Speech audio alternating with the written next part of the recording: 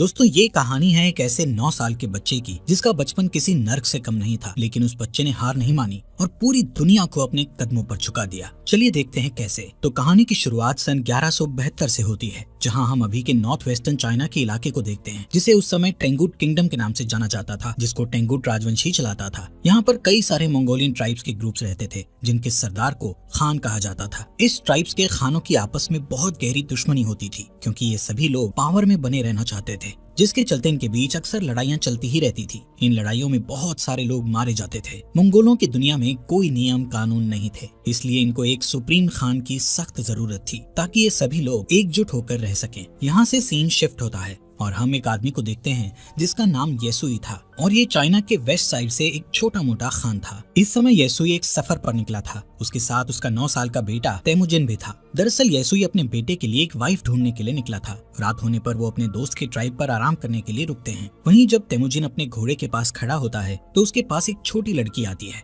जिसका नाम बोटे था। वो उससे उसका नाम पूछती है और कहती है कि तुम यहाँ क्यों आए हो, जिस पर तेमुजिन उसे अपना नाम बताकर कहता है कि वो अपने फादर के साथ उसके लिए एक वाइफ ढूंढने के लिए आया है। तभी बोटे उससे कहती है कि तुम्हें मुझसे ही शादी करनी चाहिए। इतना कहते हुए वो वहाँ से चली जाती है। रात में जब तेमुजिन अपने फादर के पास बैठा होता है तो उसके फादर उसे कहते हैं कि मुझे तुम्हारे लिए एक ऐसी वाइफ चाहिए जो सबसे ताकतवर समुदाय से हो। तभी तेमुजिन अपने फादर से कहता है कि मैं खुद ही अपने लिए लड़की चूज करूंगा। तेमुजिन के जिद के बाद उसके फादर उसे अपने दोस्त की ट्राइब से किसी एक लड़की को चुनने की इजाजत दे देते हैं। अब सुबह होते ही तेमुजिन के फादर उस ट्राइब की सभी लड़कियों को लाइन में खड़ा करके उनके पैरों को गौर से देखते हैं, क्योंकि उनका मानना था कि एक स्ट्रॉन्ग लेग्स वाली लड़की ही अपने पति को खुश रख पाती है। इसके बाद तेमुजिन एक एक लड़की को देखता जाता है और लास्ट में वो बोटे को अपनी पत्नी चुनता है और उन दोनों की शादी हो जाती है। लेकिन शादी होने के बाद भी वो दोनों आने वाले 5 साल तक एक साथ नहीं रह सकते थे, क्योंकि ये उनकी ट्राइब्स का नियम था। अब तेमुजिन और उसके फादर का यहाँ से जाने का समय हो जाता है, लेकिन जाने से पहले तेमुजिन बोटे को एक नेकलेस गिफ्ट करता हुआ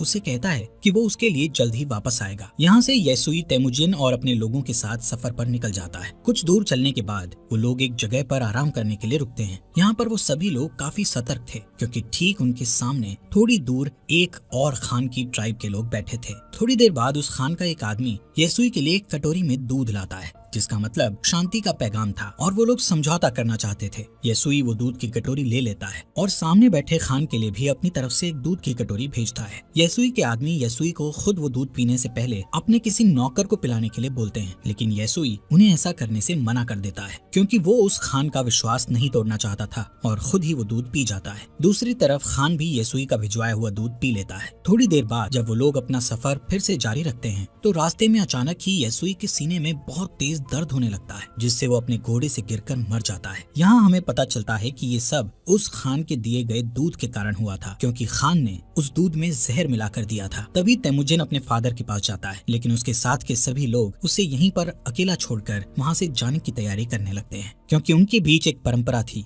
जिसमें उनका मानना था कि उन्हें किसी मजबूत इंसान को ही फॉलो करना चाहिए। अब जबकि येसुई जो उनका राजा था उसकी डेथ हो चुकी थी, इसलिए येसुई के लोग अपने लिए एक नए राजा की तलाश में निकल रहे थे। जिसके बाद तेमुजिन अपनी माँ के साथ अपने पिता येसुई का अंतिम संस्कार करता है। येसुई के पास जो बहुत सारी भेड़ें और बकरियां थी, अब वो सब येसुई के सबसे खास सैनिक जिसका नाम टारगुटाई था उसने रख ली थी। ये देखते हुए तेमुजिन की माँ उसे बद्दुआ देते हुए कहती है कि मेरा बेटा एक दिन तुम्हें ढूंढकर जरूर मारेगा। टारगुटाई ये सुनकर सोच में पड़ जाता है कि कहीं आगे चलकर ये बच्चा उसे सच में न मार दे, इसलिए वो उसे उसी वक्त मारने के लिए आगे बढ़ता है। लेकिन मंगोलों में एक रिवाज था जिसके हिसाब से किसी को मारने से पहले वो उसकी हाइट को उनके रथ के पहिए से नापते थे, और वो कभी भी बच्चों को नहीं मारते थे। जब टारगुटाई तेमुजिन की हाइट को उनके रथ के पहिए से नापता है तो उसकी हाइट कम निकलती है, और तेमुजिन अभी बच्चा था इसलिए वो बच जाता है। लेकिन टारगुटाई उसकी माँ को बोलता है कि वो अगले साल तेमुजिन को मारने जरूर आएगा, और तब तक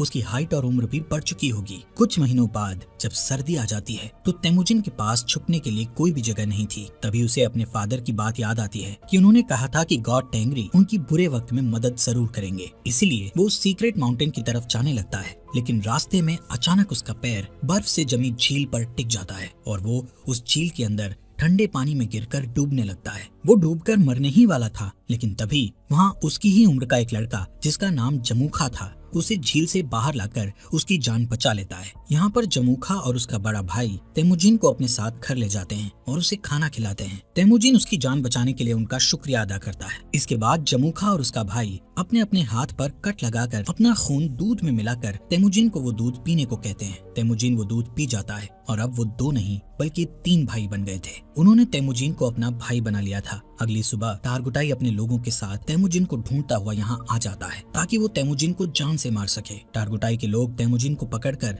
उसे अपने साथ मारने के लिए ले जाते हैं, लेकिन जब वो तेमुजिन की हाइट रथ के पहिए से नापते हैं तो अभी भी उसकी हाइट उतनी ही थी जितनी की पहले थी, जिस वजह से वो लोग तेमुजिन को तब तक के लिए कैदी बनाकर रख लेते हैं जब तक कि उसकी हाइट नहीं बढ़ जाती। इनके ट्राइब में एक बूढ़ा आदमी था जो कि कैद में तेमुजिन को रोज खाना खिलाता था और उसके जख्मों पर मलहम पट्टी भी करता था। कुछ दिनों बाद टारगुटाई फिर से तेमुजिन की हाइट नापता है, लेकिन अभी भी उसकी हाइट उतनी ही थी। इसी टाइम पर यहाँ बारिश होने लगती है और सभी लोग भागकर अपने अपने तंबू में चले जाते हैं। इसी बात का फायदा उठाते हुए वो बूढ़ा आदमी तेमुजिन को वहाँ से छुड़ाकर भगा देता है। तेमुजिन भागता भागता बहुत दूर चला जाता है। उसके गले में एक भारी लकड़ी का फंदा भी बंधा हुआ था, लेकिन कैसे भी करके वो उस पहाड़ पर जाता है जहाँ पर उसके फादर ने बताया था। वहाँ वो गॉड टेंगरी से विश मांगता है कि अचानक तेमुजिन को वहाँ एक सफेद भेड़िया दिखता है, जिसके तुरंत बाद उसके गले में बंधा हुआ लकड़ी का फंदा भी अपने आप ही खुलकर नीचे गिर जाता है। यहाँ से सीन कट होता है और हम सन 1186 में तेमुजिन को देखते हैं, जो कि अब एक नौजवान लड़का बन चुका था। लेकिन तेमुजिन अभी भी टारगुटाई के लोगों से बचकर भाग रहा था। कई सालों से टारगुटाई के लोग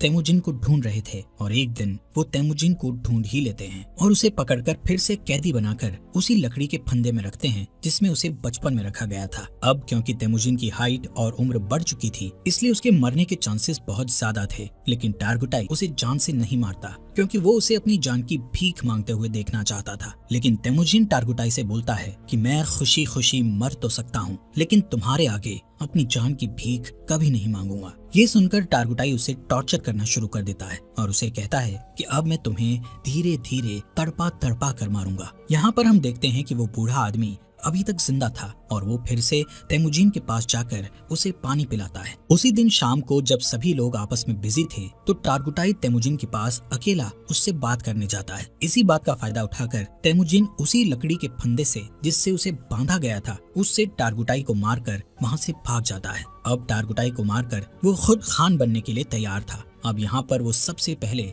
अपनी वाइफ के पास जाता है जिससे उसने बचपन में शादी की थी। वो बोटे के पास जाता है जो अब बड़ी हो चुकी थी और बहुत खूबसूरत भी। बोटे उससे कहती है कि मैं कई सालों से तुम्हारा इंतजार कर रही थी और अब फाइनली वो दोनों साथ थे। कुछ देर बाद वो लोग यहाँ से निकल जाते हैं। यहाँ से तेमुजिन सीधा अपनी माँ और बहन के पास उनसे मिलने जाता है। तेमुजिन को इतने सालों बाद देखकर उसकी माँ और बहन बहुत खुश थे, लेकिन एक दिन इनके ऊपर मर्किट ट्राइब के लोगों का अटैक हो जाता है। कई साल पहले तेमुजिन के फादर ने इस मर्किट ट्राइब के खान की मदर को किडनैप किया था और तब इस ट्राइब के खान ने कसम खाई थी कि वो अपनी माँ का बदला जरूर लेगा। और अब ये लोग यहाँ बोटे को किडनैप करने आए थे। बोटे और तेमुजिन दोनों यहाँ से भागने की कोशिश करते हैं, लेकिन तभी एक तीर बोटे को लगता है जिससे वो अपने घोड़े से नीचे गिर जाती है और वो लोग उसे किडनैप कर लेते हैं। दरअसल मर्किट खान बोटे को अपनी वाइफ बनाना चाहता था, वहीं दूसरी ओर तेमुजिन अपनी वाइफ बोटे को वापस लाना चाहता था, जिसके लिए वो अकेला काफी नहीं था। इसलिए वो मदद के लिए अपने पुराने भाई जमुखा के पास जाता है। यहाँ जमुखा भी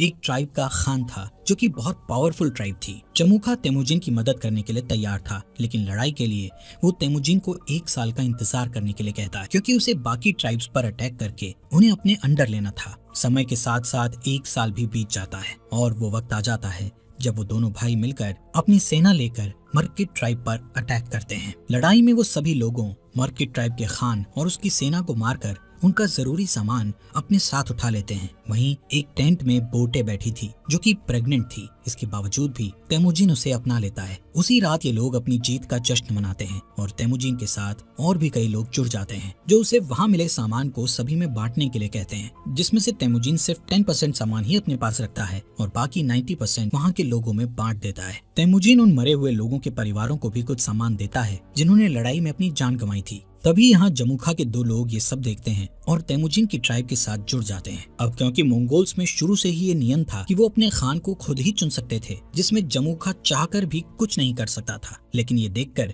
कि उसकी ट्राइब के 2 लोग तेमुजिन की ट्राइब में चले गए हैं, उसके मन में तेमुजिन के खिलाफ दुश्मनी बढ़ जाती है। नेक्स्ट सीन में तेमुजिन के आदमी जमुखा के आदमियों को उनके घोड़े चुराते हुए देख लेते हैं। तभी जमुखा के आदमी बचकर वहां से भागने लगते हैं, जिसके बाद तेमुजिन के आदमी गुस्से में गलती से उन्हें जान से मार डालते हैं। लेकिन जब वो लोग जमुखा के उन लोगों को देखते हैं तो उन्हें पता चलता है कि उनमें से एक आदमी जमुखा का बड़ा भाई था। और अब जैसे ही जमुखा को इसके बारे में पता चलता है तो वो तेमुजिन को जान से मारने की ठान लेता है, क्योंकि उसे अपने भाई की जान का बदला लेना था, जिसके लिए जमुखा आसपास के और ट्राइब्स के खानों से हाथ मिला लेता है और अपनी एक बड़ी ट्राइब बनाकर तेमुजिन की ट्राइब पर अटैक कर देता है। तेमुजिन जानता था कि वो लोग ये जंग नहीं जीत सकते, क्योंकि उसके पास इतने सैनिक नहीं थे जितने जमुखा के पास थे। इसलिए वो अपनी ट्राइब की औरतों और बच्चों को वहां से जाने के लिए कहता है और बाकी लोगों को लड़ने के लिए बोलता है। इस लड़ाई के बीच तेमुजिन अपने सैनिकों के साथ हार जाता है और जमुखा उसे और उसके सैनिकों को बंदी बना लेता है। जमुखा तेमुजिन को अभी भी भाई बोलता था, लेकिन वो अपने बड़े भाई की जान का बदला लेना चाहता था, इसलिए वो तेमुजिन को अपनी जान बचाने के लिए गिड़गिड़ाते हुए देखना चाहता था। इसके बाद वो तेमुजिन को अपना गुलाम बना लेता है और किसी और ट्राइब के लोगों को बेच देता है, जहाँ सजा के तौर पर तेमुजिन को रेगिस्तान में काफी दूर पैदल चलना पड़ता है। बहुत दूर चलने के बाद ये लोग एक शहर पहुँच जाते हैं जहाँ टेंगुट डायनेस्टी का शासन था। ये लोग तेमुजिन को एक जगह बैठाते हैं ताकि दूसरे लोग उसको देखकर उसे खरीद सकें। एक दिन इस सल्तनत का राजा बाजार आया हुआ था, तभी वो तेमुजिन को देखता है और उसे चंद पैसों में खरीदने के लिए अपने लोगों से बात करता है। लेकिन उस राजा के लोग तेमुजिन को खरीदने से उसे मना करते हैं, लेकिन फिर भी वो तेमुजिन को खरीद लेता है। इसके बाद तेमुजिन को एक पिंजरे जैसे कमरे में रखा जाता है जो शहर के बीचों बीच था, ताकि बाहर से लोग उसे देखकर हंस सकें और उसका मजाक उड़ाते हुए मस्ती कर सकें। यहाँ पर तेमुजिन को देखने के लिए एक बुद्धिस्ट मंक हर रोज आता था और उससे माफी मांगता था। एक दिन तेमुजिन बुद्धिस्ट मंक के साथ एक समझौता करता है कि अगर तुम मेरी वाइफ को ढूंढोगे तो मैं आगे चलकर इस गांव को कभी नुकसान नहीं पहुंचाऊंगा। जिसके बाद वो बुद्धिस्ट मंक बोटे को ढूंढने के लिए रेगिस्तान में निकल जाता है, लेकिन बुद्धिस्ट मंक एक बूढ़ा इंसान था, इसलिए वो गर्मी के मारे बेहोश होकर वहीं मर जाता है। वहीं खुशकिस्मती से बोटे को उस मरे हुए बुद्धिस्ट मंक के पास वही नेकलेस मिलता है जो उसे तेमुजिन ने दिया था, जिससे उसे पता चल जाता है कि तेमुजिन अभी भी जिंदा है। इसके बाद बोटे अपने पति को ढूंढने के लिए शहर में निकल जाती है और यहाँ पर उसे तेमुजिन एक पिंजरे में बंधा हुआ मिलता है। उसी रात बोटे यहाँ के सिपाही को रिश्वत देकर तेमुजिन को यहाँ से भगा लेती है और तेमुजिन देखता है कि उसका बेटा बड़ा हो चुका है और बोटे की एक बेटी और भी है। बोटे तेमुजिन को घर ले आती है। यहाँ अब पूरा परिवार हंसी खुशी रहने लगता है। एक दिन बोटे तेमुजिन से कहती है कि सभी मंगोल्स एक जैसे ही होते हैं, सभी चोरी करते हैं और एक दूसरे को मारते हैं। मंगोल्स के लिए ये चीज एक आम बात है, लेकिन बोटे की इस बात का तेमुजिन पर बहुत गहरा प्रभाव पड़ता है और वो अपनी फैमिली को छोड़कर वहाँ से निकल जाता है। वो डिसाइड करता है कि अब वो सभी ट्राइब्स को मिलाकर एक नया मंगोल राज बनाएगा, जिसमें सभी के बीच नियम और कानून होंगे। तेमुजिन अब डिसाइड कर चुका था कि अगर इस काम को पूरा करने के लिए उसे किसी की जान भी लेनी पड़े तो वो पीछे नहीं हटेगा। वो 3 नियम बनाता है, जिसमें पहला नियम था कि औरतों और बच्चों को कभी नहीं मारा जाएगा। दूसरा नियम था कि दुश्मन से मरते दम तक लड़ा जाएगा और तीसरा नियम ये था कि कोई भी अपने खान को धोखा नहीं देगा। यहाँ से सीन कट होता है और हम सन 1196 को देखते हैं, जहाँ कई साल पहले तेमुजिन ने कसम खाई थी कि वो मंगोल की बड़ी आर्मी बनाएगा और अब उसने बहुत सारे ट्राइब्स को जीतकर एक साथ जोड़कर एक बड़ा मंगोल बना लिया था। अब उसके रास्ते में एक ही रुकावट थी जो उसको राजा बनने से रोक रही थी, और वो रुकावट और कोई नहीं बल्कि उसका भाई जमुखा ही था। जमुखा के पास भी एक बहुत बड़ी आर्मी थी और वो दोनों एक जंग के मैदान में अपनी पूरी आर्मी लेकर लड़ाई के लिए तैयार थे। यहाँ पर तेमुजिन जमुखा को उसका भाई होने के नाते उसके साथ जंग करने के बजाय उसको समझाना चाहता था, लेकिन जमुखा जल्दबाजी में बिना कुछ सोचे समझे अपने बहुत सारे सैनिकों को लड़ाई के लिए भेज देता है, जिसके नतीजे में उसके सभी सैनिक मारे जाते हैं। कई घंटों तक लड़ने के बाद तेमुजिन आखिरकार उससे जीत जाता है